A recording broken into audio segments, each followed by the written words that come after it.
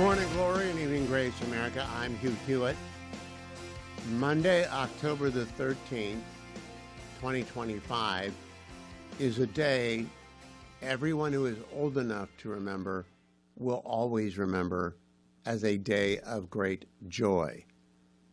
It is hard to not have an extraordinary feeling of joy when you see hostages who have been kept in the most dire of conditions following the worst of massacres and atrocities finally set free after 2 years and a handful of days.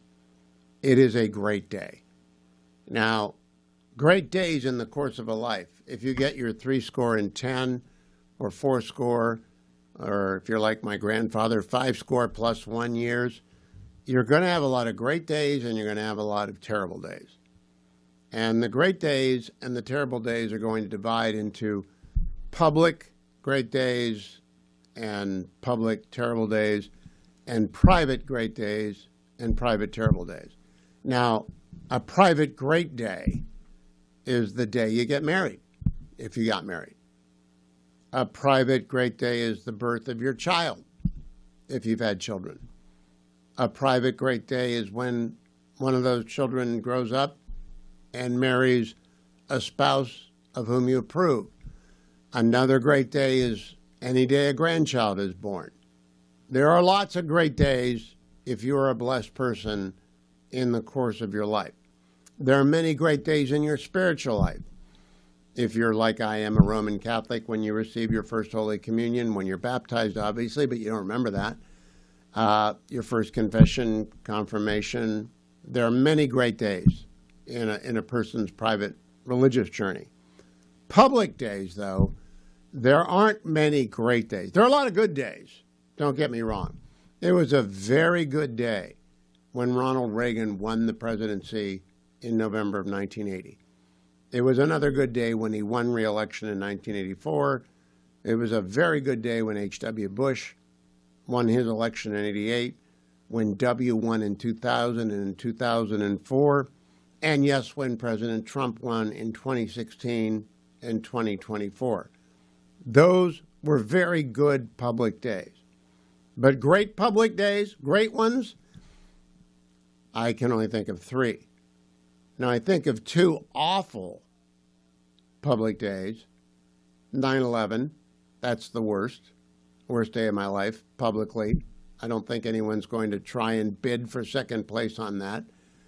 Although if you're an Israeli, you might say 10/7. But those are the 2 worst days of my adult life that I can remember. And there have been 3 great days. The first great day was the freeing of our hostages from Iran, which happened to coincide not with the election of Ronald Reagan, but with his inauguration.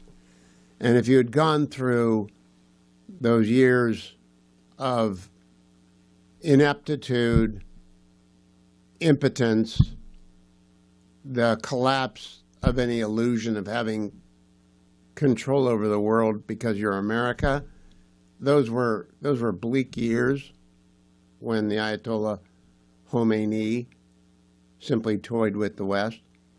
And it was a great day. Time magazine called it a new beginning, and they put Ronald Reagan on the cover, and the hostages came home on the same day. That was a great day.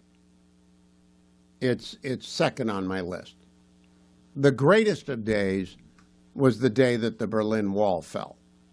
And that actually took place over a number of days, but there is a specific day when the wall's gates blew open and people began to dance on top of it and stream through it.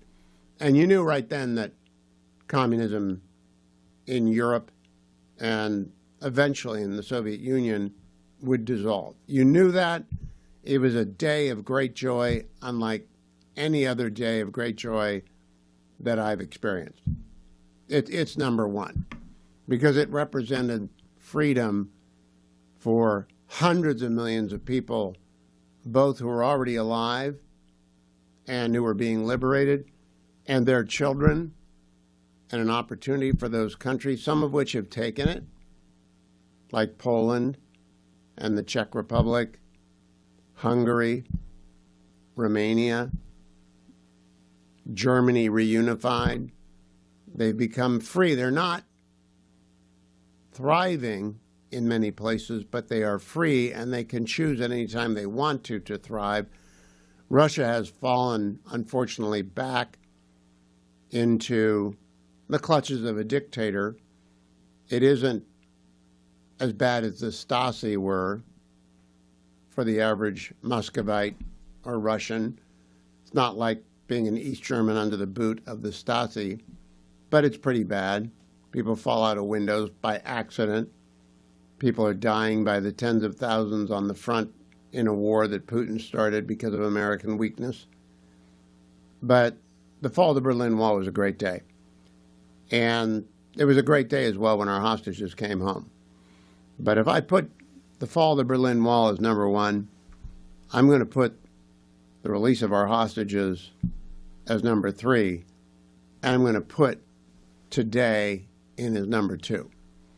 I woke up repeatedly during the night because I'd gone to sleep last night knowing what was supposed to happen, knowing that Air Force One was heading to Tel Aviv, knowing that President Trump was going to address the Knesset, fairly confident that the people would get out. And I'll play you some of President Trump's speech after the break and throughout the program today. It was a great speech at the Knesset. But I wasn't sure. So I woke up at about 3 o'clock in the morning and checked and saw that a half dozen of the hostages had been released. I said, well, said a prayer of thanksgiving, went back to bed, praying that the other 14 and the remains of the 28 would come. And then I woke up and I saw that, in fact, the other 14 had just, the last of the other 14, had just been delivered into the hands of the Israeli Defense Forces. And then I knew that it was over. The suffering of the hostages were over. Now, there are a lot of hostages around the world. Jimmy Lai is still in prison in Hong Kong. In fact, Jim Garrity alerted me to the taking of another prisoner today by the Chinese Communist Party, and I'm going to mention their name. It will take me a second to look it up, but Jim put it in there in his morning newsletter. It's Ezra Jim Mingri. He's a pastor that the Chinese Communist Party have seized today or yesterday. So they're hostages the world over. I only pray that they aren't held in the utterly barbaric conditions of the Israelis by the Hamas terrorists. And I have a little coda, which is, I don't know what Hamas is up to right now. They've only returned the remains of 2 or 4, depends on what news account you read, of the 28 hostages who died in captivity.